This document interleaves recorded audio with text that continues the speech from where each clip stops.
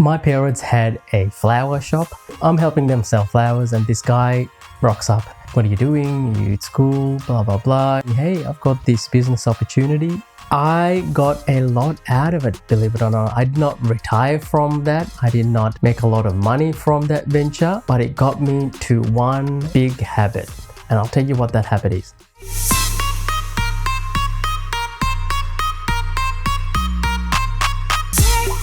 Hey everyone, it's Opi here for another video where I talk about health, wealth and happiness. So I wanted to tell you a story that goes back about 20 years. So my parents had a flower shop. I wouldn't say a flower shop, it's more or less selling flowers by the side of the road. Got permits and everything, so all good. So I'm helping them sell flowers, and this guy rocks up and he bought some flowers and he starts talking to me. Hey, what are you doing? You at school? Blah, blah, blah. And we get chatting, and he's a friendly guy and he gets my number. You're like, yeah, we'll keep in touch. I'm like, okay, cool. No worries. And I get a call a couple of days later, and then he tells me, hey, I've got this business opportunity. Would you like to come and sit with my mentor and he'll talk you through what it is?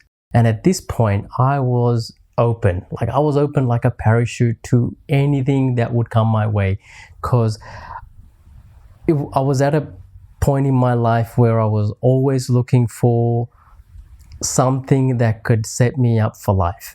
Okay, it's very naive, very young, and I said, yeah, sure, why not? Come over, dude. And he came with his friend, mentor, and he started showing me these charts of passive income and quitting early, building teams, being mentored by millionaires, and so forth.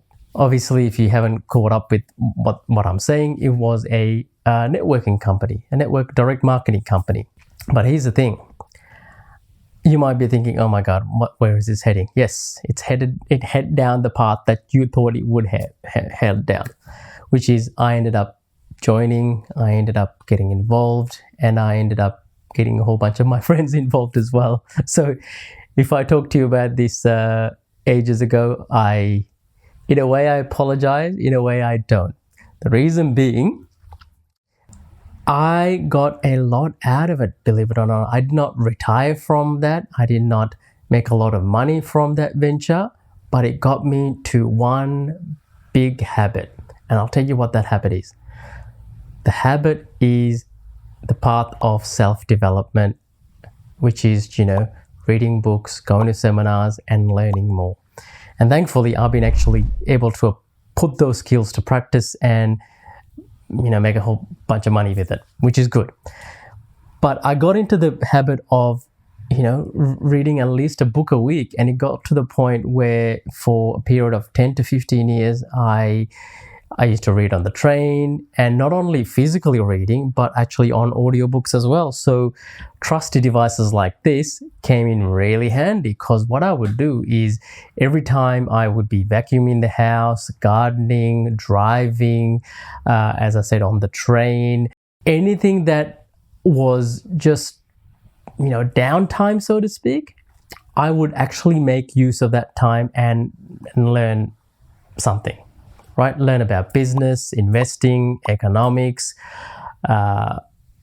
just about the world, how I can improve myself, anything and everything I would want to learn, and I'd learned as a sponge. And because of that, I ended up going down a path of, IT and this particular, so as a day job, I'm a business analyst. So I need to have these skills where I'm very social and interact with people, because I'm interacting with a lot of stakeholders. And I believe all of those readings and learnings from years ago has actually helped me to build that side of my brand, if you will. But along with that, all these other businesses that I've built has thankfully gone well, and that's giving me some fruits as well. So that small encounter, 2 decades ago, where I was just helping my parents sell flowers, this guy approached me, and I think he gave me a book to read as well. It was a very simple book. The book was called Skill with People. by Les Giblin, and it's a very thin book. And he goes, "Hey, have a read of this, Opie." And I'm like, "Okay, I'll have a read."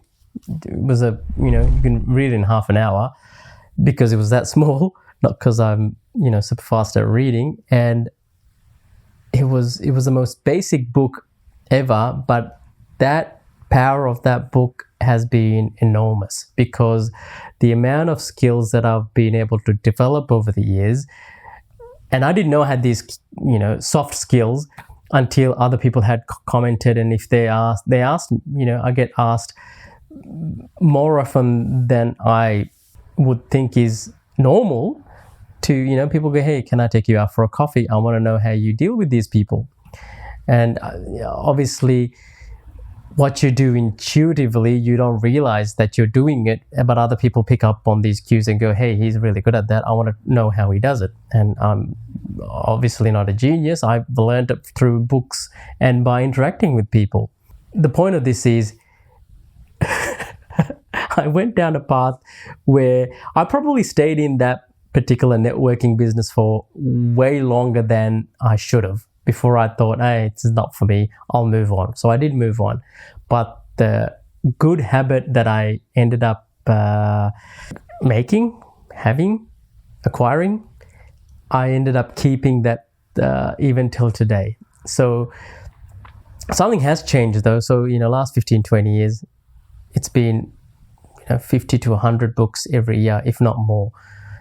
But last couple of years, what I've noticed is a change in behavior of my own self. So after reading all of those books, I've now find myself reading the same books over and over again. So I guess in my mind, I've got a bunch of books that I've read and I know which ones are good. So I end up reading the golden ones over and over again. And I'll name a handful of them if you like, which is, my go-to book for health is Dr. Michael Greger's How Not to Die. That's the health book. Wealth book is Robert Kiyosaki's Rich Dad, Poor Dad. And I know a lot of people have issues with the guy for some reason these days, but I find the lesson so simple. Every time I read it, I go, bam, this is what I got to do. And, it's nothing profound, but it's just changing that mindset of, rich don't save money. They invest it, and skills like that. And for my happiness is Marcus Aurelius's Meditations. Okay, just getting that mind into the Stoic mindset. He's known as the Stoic Emperor, Stoic King, something like that. Geez, I forget. But he's unbelievable. So those are the 3 books that are on my, repeat list that I end up reading annually pretty much. And there's a few others which I won't mention now, but if you want to get started, start with that. Michael Greger's How Not to Die, Rich Dad, Poor Dad, and Marcus Aurelius's Meditations, Gregory Hayes version, translation. That's it. Keep learning, keep growing as a person. I wish you all the best. See you in the next one. Thank you.